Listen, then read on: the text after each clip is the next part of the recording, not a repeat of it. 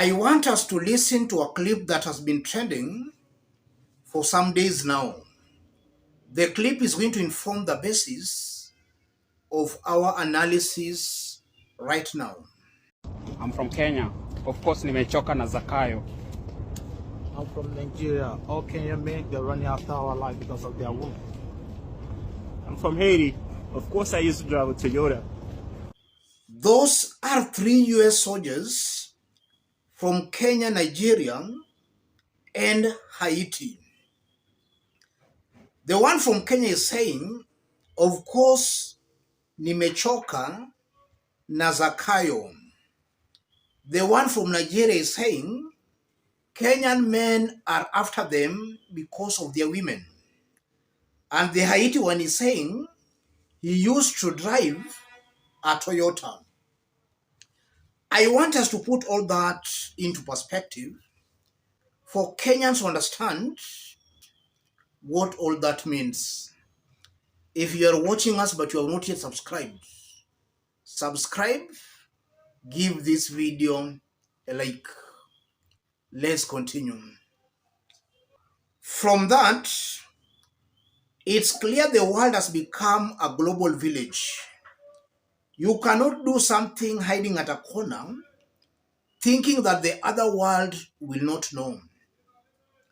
You do something in Kenya, it will be known in Haiti, in Nigeria, in the United States of America, all over the world.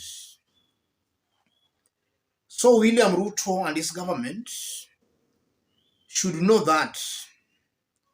And also from that video, the hate for William Ruto is going international. Other Kenyans across the world are in solidarity with their brothers and sisters who are suffering in the country. And that can explain very well why the diaspora has been voting the way they've been voting. If you look on how Kenyan diaspora has been voting, for very many years, the diaspora has been voting for Raila Odinga. When Raila was contesting against Kibaki, Raila was winning that diaspora vote. When Raila was contesting against Uhuru, Raila has been winning that. And even in the last election of 2022, where Chebukati told us Ruto won, Raila still beat William Ruto in the diaspora vote. And that can explain that the diaspora are very much well informed on what a good governance should look like. I only wish that Kenyans should listen to our brothers in the diaspora because they have seen the world. They know more than we actually know in Kenya. They should listen to our brothers and sisters in the diaspora. They are seeing how governments rule, how developed countries rule. Not this one, overdeveloping country with its leadership, assuming they know everything. Kenyans should take an advice from our brothers and sisters in the diaspora. Something also coming out clearly from that clip, Ruto has been pushing to send Kenyan troops to Haiti. I fail to understand why the US cannot send its troops to Haiti. After all, the distance between US and Haiti is nearer compared to the distance between Kenya and Haiti. And we are also seeing that some Haiti citizens are also in the US Army. Why can the US just start by even sending those ones from Haiti to go defend or help their country?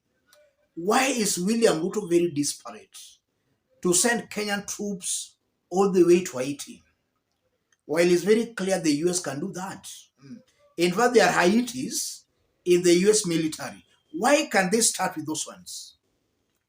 I'm seeing a president who is very, very clueless, very naive, a president very desperate on pleasing the West at the expense of Kenya's interests.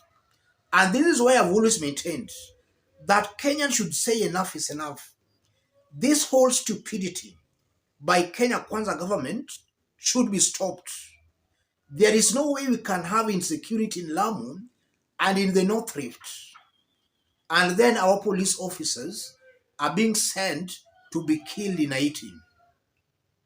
It's high time Kenyans should say no.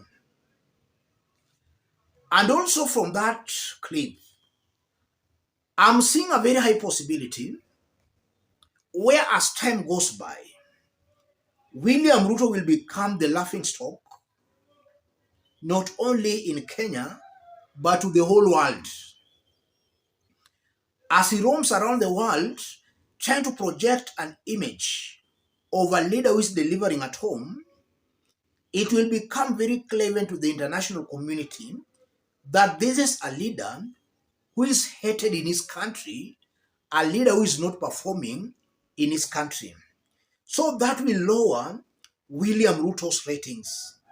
Ruto has been taking the political advantage that he was a newly elected leader. So he has been running with that goodwill all over the world. World leaders were receiving him because of that goodwill, that this is a newly elected leader. As it becomes clear that he's not doing anything here, the international community will hate him.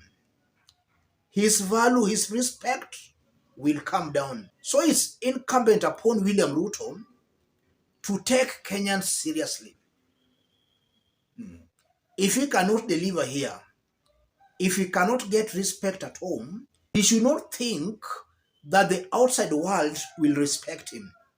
If he's not respected here, the outside world will not respect him. So he must first deliver. As I conclude, that Kenyan saying, I'm a Joshua Zakayo, the sentiments alone confirms that Kenyans are tired with William Ruto. That's a confirmation that is not just a talk, but it's true, it's serious. Kenyans are tired with William Ruto. The rule has pushed Kenyans to the wall. And if Kenyans can just sustain that, if Kenyans can be sane enough, then somebody like William Ruto should not be re-elected as the president. How I wish that Kenyans, come the next election, are going to vote using their brains, but not voting out of emotions. Ruto has clearly failed. He is an embarrassment not only to us in the country, but even to Kenyans outside. Because I know even outside they're talking, how comes your people back home elected such kind of a leader? Those are discussions going on outside. How comes your people elected that kind of a leader? If Kenya has good leadership, Kenyans in the diaspora are also being respected. If there is bogus leadership in the country, those outside are also being disrespected. So Ruto is even making our brothers and sisters outside to be disrespected. Let me stop it there. If you are watching us but you have not yet subscribed, subscribe, give this video a like. Any other person watching us outside Kenya, drop a comment, let us know from which part of the globe you are watching us from. If possible, subscribe, give this video a like. Let's meet in our next analysis. Thank you. Wacha nimalize hapo na